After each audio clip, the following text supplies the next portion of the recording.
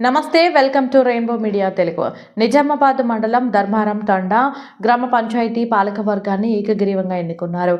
మంగళవారం నామినేషన్ల దాఖలకు సమయం ముగిసినప్పటికీ సర్పంచ్ అభ్యర్థిగా ధరం సోత్ కల్పన ఒక్కరే నామినేషన్ దాఖలు చేయగా 8 వార్డులకు కూడా ఒక్కొక్కరు మాత్రమే నామినేషన్లు దాఖలు చేశారు. దీంతో వీరంతా ఏకగ్రీవంగా ఎన్నికయ్యారు. 8వ వార్డు నుంచి నామినేషన్ దాఖలు చేసిన అఖిల్ను ఉప సర్పంచ్గా ఎన్నుకున్నారు. తమపై ఎంతో నమ్మకంతో ఏకగ్రీవంగా ఎన్నుకున్న గ్రామస్తులకు రుణపడి ఉంటామని, గ్రామాన్ని అన్ని విధాలుగా అభివృద్ధి చేస్తామని సర్పంచ్ కల్పన, ఉప సర్పంచ్ అఖిల్ భరోసా ఇచ్చారు.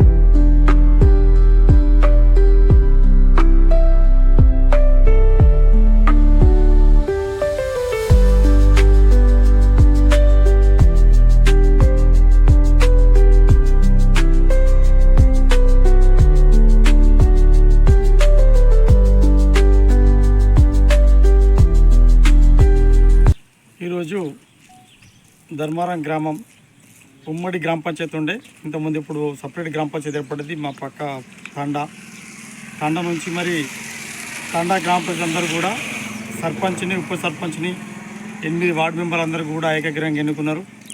వాళ్ళందరూ కూడా ఏకగ్రీవంగా ఎన్నుకున్నటువంటి అభ్యర్థులందరికీ కూడా ముందుగా నేను కంగ్రాచులేషన్ చెప్తూ, మరియు మా తండాని ఆదర్శవంతంగా తీసుకొని ప్రతి గ్రామంలో కూడా మరి ఇలాంటి నామినేషన్ చేసుకొని ఎలక్షన్ పోకుండా ఇట్లా పోటీతత్వం లేకుండా చేసుకుంటే గ్రామాలు కూడా అభివృద్ధి చెందుతాయి.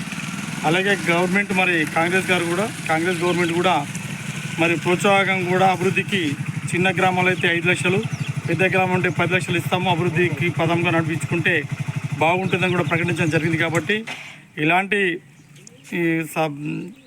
ఇలాంటి నిర్ణయాలు కూడా ప్రతి ఊళ్ళో తీసుకొని ఇలా చేసుకుంటే బాగుంటుంది అని చెప్పేసి మా యొక్క తండాని ఆదర్శవంతంగా తీసుకొని ప్రతి గ్రామం ముందుకెళ్తే బాగుంటుందని కోరుకుంటున్నాం.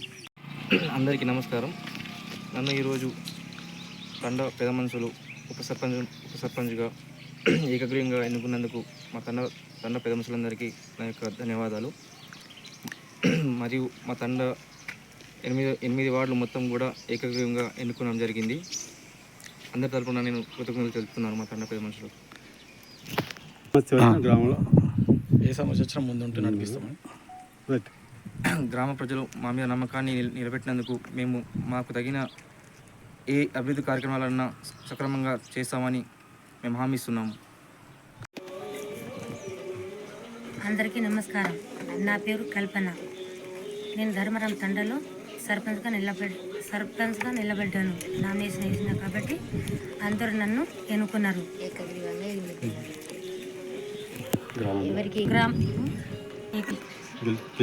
గెలిపించారు కాబట్టి ఏ కష్టం రాకుండా ఈ గ్రామానికి ఏ కష్టం వచ్చినా నేను ఆదుకుంటాను.